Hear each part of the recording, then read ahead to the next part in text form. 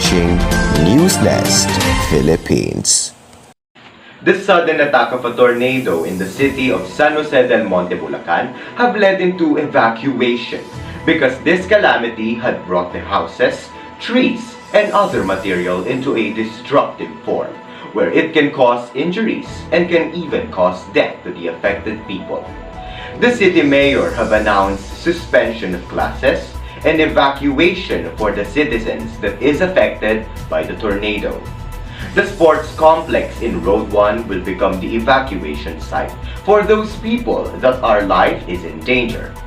This information was announced by the former city mayor of the city of San Jose del Monte, Bulacan, Mayor Redoncillo Z. He will participate in this broadcast to explain the things that is happening within his city and why did he implement these announcements. Now, may we call on Mayor Redoncillo Z. Thank you, Jeremy, for the time that your broadcasting team had provided for me to explain the events that is lingering within our city. So, the community of San Jose del Monte have felt the damaging effect of the tornado that nearly took the lives of many innocent people.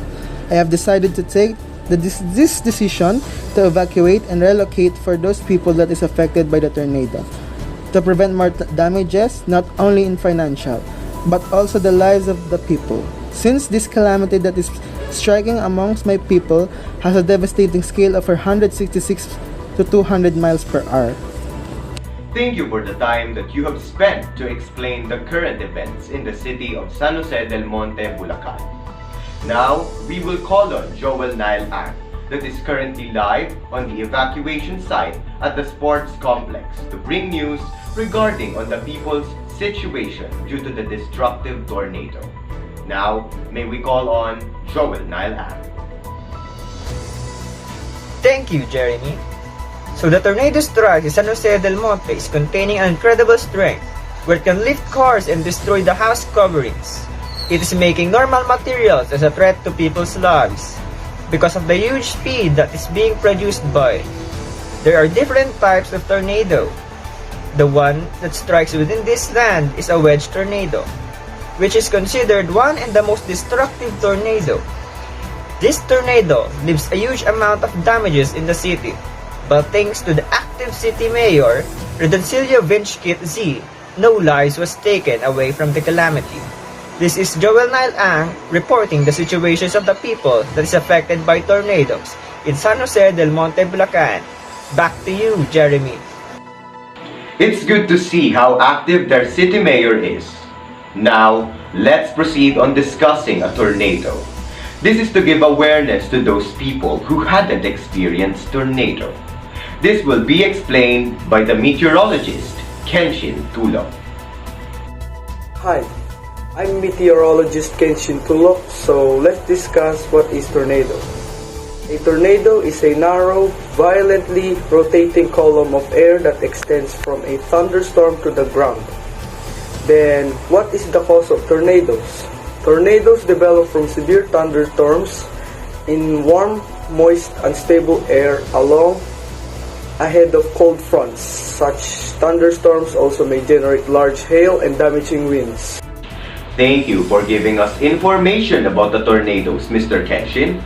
By knowing tornadoes will not only bring new knowledge in our minds, it will also bring awareness that can save the lives of the people that might face the destructive events that a tornado can produce.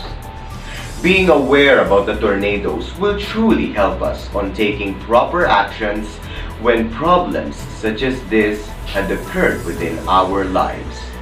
But do we know the specific actions that we should take? Here in our line is Miss Pirly Pesado, who will bring us certain actions that we can make to prevent injuries and damages within our lives. Now, may we call on Miss Pirly Pesado. Tornadoes has an effect that can cause devastating things on a person's life, that can destroy not only financially but also physically.